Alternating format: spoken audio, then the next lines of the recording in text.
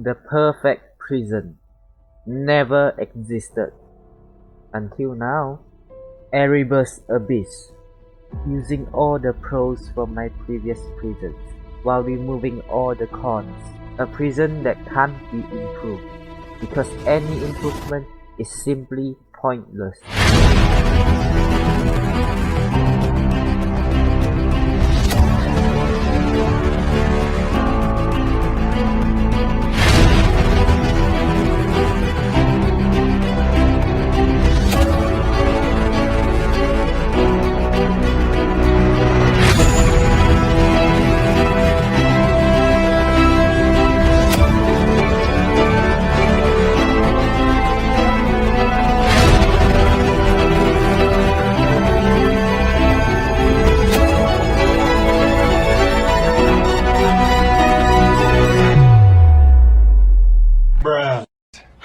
So before we begin, you might know I'm lazy. So I definitely didn't make this alone. So credit to everyone who helped, especially Yatsu, which is the main escapist that found countless flaws, and Crafteric, which made most of the designs I couldn't make, and even Jerry Lum, yes, the same guy who also worked on Gaia's War. He also found some critical flaws I had no ideas about, and many others. So check the description to see everyone who helped. So let's begin with visiting the prisoner.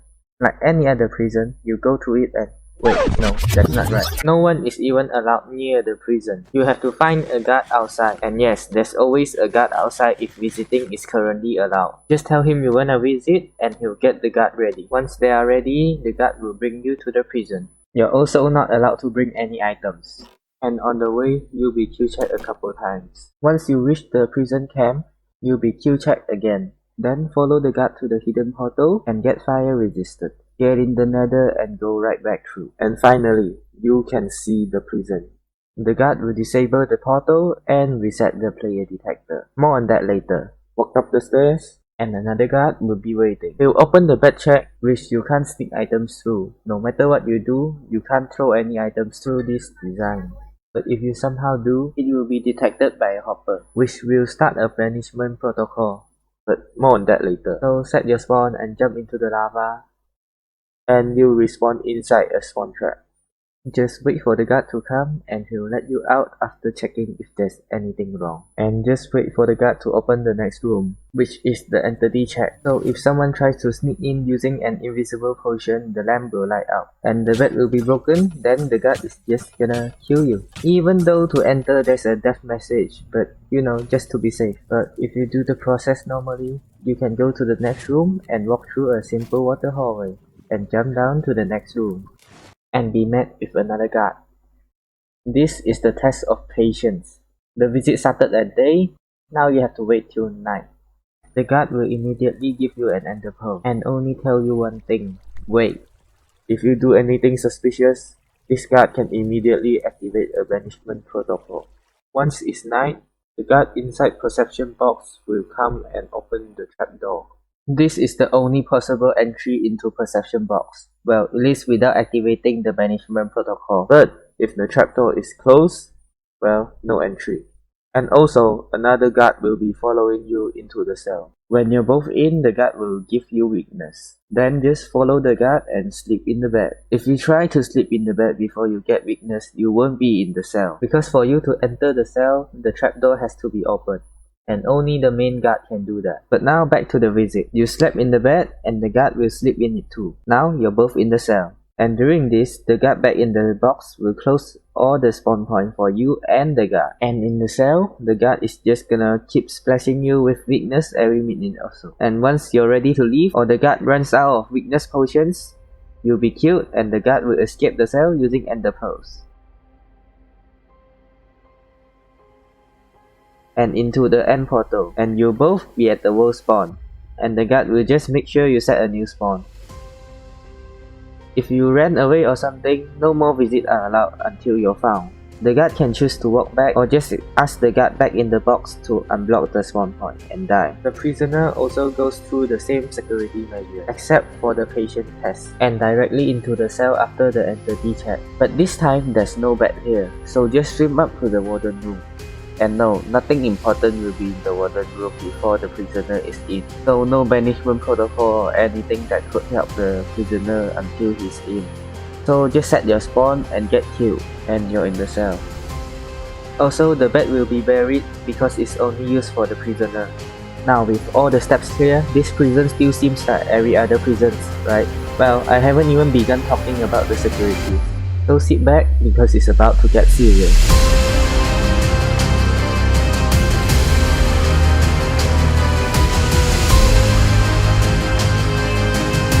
There are only a total of 128 strongholds in each world. Now actually that may seem a lot, and it is, but compared to something else like entities and Electras, yeah, now this is a lot.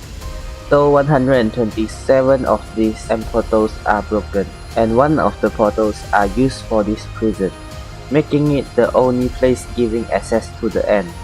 And that may seem like it's gonna take forever, but someone did it in a day. So when compared to other prisons, you can definitely build this faster. The prisoner does not have the option to die, but if he does somehow die, he still respawns back in the end. He's not allowed to die because it will make coordinated unloaded per stasis chamber possible. Someone said it was impossible to prevent, well, pulse doesn't work through dimension. Most regenerating cells, they either push up or down, which can be used to the prisoner's advantage. This cell not only doesn't do that, this cell is also a 12-layer regenerating wall. And since the wall will push you out of the way, instead of brute forcing the blocks there, you can't take any suffocation damage. And this time, even if you break the obsidian, that will be replaced by a cobblestone tool. Something no one ever used in any prison before. Player detection. I said before, no one is allowed near the prison. So the player detector. This will detect any players within 32 blocks of the prison. And if it does detect a player, this light will light up. Also, turning down your render distance will not help. And 32 blocks is actually a really big area. So when it lights up, well, the guard outside will warn everyone, and they are all just gonna prepare to vanish.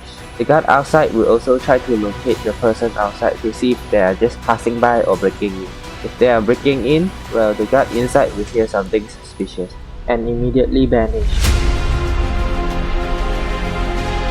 The banishment protocol is a system which will break the final end portal, disallowing visitation, meaning no one will ever get to the end. It can be activated in a lot of ways, such as if the hoppers below the bed detect an item, or if a single block from perception box is broken, or just manually by any guard. After it's activated, well, the prison is useless and can be destroyed. So there's an optional add-on, the Chaos Perishment, which will summon a ton of withers. And withers are the last thing you fight in survival for a reason. Most of you probably know they can break obsidian. But did you know about the blue skulls? The withers randomly shoot blue skulls when no one is near them. And blue skulls breaks everything. Obsidian, water, lava, anything. So sooner or later, the entire prison will be gone. This will also be activated if the person breaking in is also a huge threat. It may not do much immediately, but it will probably scare him away. And there's no reason for him to stay anyway, since activating the Chaos Perishment also activates the Banishment Protocol. So don't even think about using it to your advantage. There's an emergency meeting button like other prisons, but the stasis chamber in this are made of slimes and ender chests, so don't even think about trapping them. Unlike other prisons which are huge, meaning they don't have to do much to prevent forest roots, but Erebus Abyss, well, it's pretty small in comparison, so it has something I like to call chorus traps. You try to use chorus root to get into the prison, well, there's a chance you're gonna activate the banishment protocol. Unlike Gaia's Vault, they use strings, which does have some advantage, but it also causes a lot of problems. But this, well, it uses pressure plates, so no piston glitch or TNT gonna beat this. And there's not one but two separate hull detection, with one inside of perception box. Now that I mentioned it, I haven't even explained enough about perception box. Well, if you've seen Perception Bot before, it wasn't fully chorus root proof. But this, yeah, it's definitely chorus root proof. And even shocker bed proof. Something no prison done anything to fix. There's no place you could respawn inside of the Perception Box. Well, except for the prisoner respawn place. But instead of respawning there, you respawn below there, which will also activate the banishment protocol. And the main part of the box, well, break any block, an observer is bound to detect it, and your visiting privilege will be gone. Someone said they are gonna chunk ban this prison. Well, I like to see how removing the guards will help you. Because if this guard leaves unwillingly, well, it also activates the banishment protocol. And yes, I know there's a better build than this, but I just don't wanna use it. There's also an option to let the prisoner out, because technically this isn't the maximum security yet. This prison is intended for the worst out there, but still deserve one last chance before getting the maximum security, which would be internal damnation. So to get the prisoner out, the guard will go into the cell and the warden will break the prisoner's bed. The guard will give the prisoner the stuff required to leave the cell, and after going through the portal, he'll be a free guy at most spawn. There's a lot of other details, but I'll leave you guys to find out. Mostly because this video is already 10 minutes long and I still have other stuff I wanna talk about. So download the map. But before you do that, let me say a couple escape methods that won't work. Also, if you saw a flaw from just watching this video, make sure to check the world download first, because some of the scenes were made even before the prison was half finished. So let's start. I know there's definitely a way to get into the guards area, but even if you go in, it's completely useless. I made sure even the guards wouldn't be able to do anything to break in.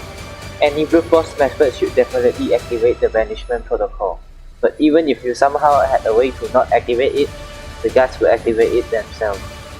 Well, if the player detection detects you, the visit will stop immediately. All the guards will prepare to banish while the one outside investigate, and the one near the visitor will keep an eye on him. If the visitor is already in the cell, well, he'll be killed immediately. And basically, if the guards hear anything suspicious during the visit, the banishment protocol will definitely be activated. Ever heard of chunk eating machines that can literally break bedrock? Well, even that wouldn't be able to break in, because even without guards, it's bound to break something to activate the banishment protocol. So with almost everything said, Erebus Abyss, the prison that can't be improved. But anyways, I love if you try to escape the prison. So download the map and start studying. But make sure to follow these rules, so it's not a dumb escape. And some guard infos and events are in the description. Also feel free to contact me on Discord if you want even more info on the prison. Other than that, till someone escapes and impresses me, I probably won't be making any more big actual prisons, at least not alone. And if you have any questions, let me know in the comments, or join my Discord. If you're subscribed, thanks. And if you're not, well, what are you doing? Just lift your finger and press that button. While you're at it, check out all the helpers too. This took forever to build, even longer than Gaia's Sword, mostly because I'm lazy. Anyways, bye.